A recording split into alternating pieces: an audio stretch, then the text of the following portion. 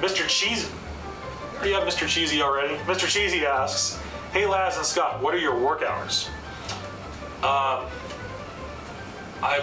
can be in here from anywhere from 7 to 10 in the morning till, like, you know, depends on what the project's currently going. It might be a standard 8-hour day, or I might actually have to work pretty long hours, 12 hours, 13 hours a day, something to that effect, all for you. Laszlo, I don't know what his work hours are, but I understand the Slef does some evil things to him if he's not in here on time.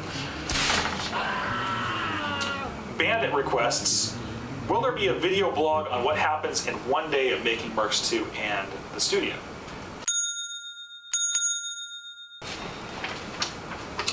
Sika asks, what programs are you using to create this game? Modeling, texturizing, compiling, etc.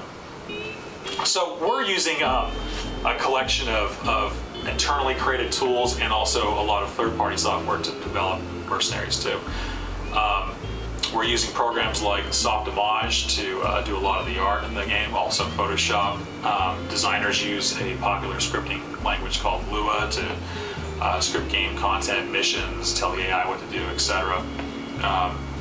And you know, the audio department uses a variety of third-party tools to create all the audio assets for the game. And then once all of these components are created in these disparate programs, there our Infinity World Editor, which is our own proprietary tool for generating content for our game.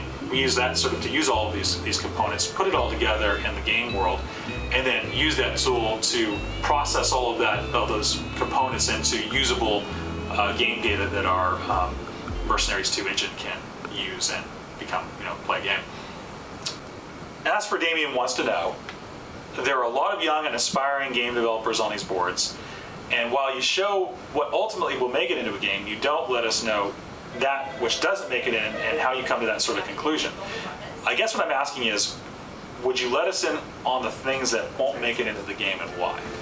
So what happens in the course of a typical video game production is in the very beginning, when the designers and the director come up with the ideas for the game, they often kind of shoot high, ambitious, and have a bunch of different things that they want to do. Giant robots. No. When you get about halfway through the production of the video game, you kind of know what the finish line is going to be. You know what your technology is like. You know what resources you have, and you know roughly what it's going to take to get the game done. So at that point, you kind of look at your features and say, you know, are we going to have the time to polish this particular thing? Are we going to get more bang for buck out of including, you know, these grenades over this particular weapon, etc. In video blog number 4, and actually alluded to in video blog number 3, we're actually going through a what we call a feature cut meeting, where basically we prioritize all the features that we have in the game and sort of look at our long-term schedule in terms of when the game is going to get done and be on the shelf, and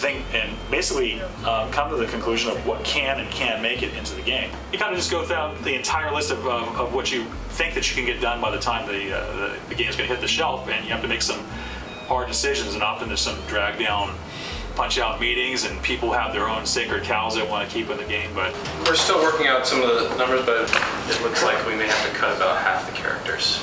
Yes! All right. Great meeting, people. It's something that happens in every the course of every the development of every game, and what we don't add to the game or take out or etc. You know, it's something that we're going to leave to you to mystery there. Blue Shark inquires, what percentage of the game production do you think is done? It's often tough to answer that particular question, just because the development of the game is dynamic, and it can be slow or fast depending on what's done in the current process of the game at the time. But oftentimes, you know, games kind of linger around the 20–30% mark, and then once you go into full production, you have your tools and everything ready for people to implement content in the game. It kind of starts to go really fast. So we're kind of hitting production right now. So we've gone a substantial way in terms of creating the game, and there's still a long ways to go. So stay tuned. The Gamin' Pimp knows it ain't easy when he asks, what are some of the team's favorite games? You better say Mercs. Well, let's ask the team. Currently, it's probably WoW. Resident Evil 4 on the GameCube. Right now, I'm playing a lot of Tetris DS. Playing a lot of Tetris DS. Mario DS. Do Super Mario Brothers, I'm sorry. I'm playing Half-Life 2, Episode 1. It's an amazing game. Counter-Strike Source and Battlefield 2. Black, kick-ass game. God of War. XCOM UFO Defense. Awesome. Civilization. In every iteration. I love Rez. Love anything with music. Guitar Hero. Oh, Guitar Hero is also a fan favorite. We'll try to kill Matt as many times as possible here. Oh, by the way, this is our favorite game. Oh, that was Scott. Matt, where are you? Oh, there's Matt. There's Matt. Bye, Matt. It's stuff like... Thanks. Oh, it was Matt. That's very sad right there. You beat me in the last section.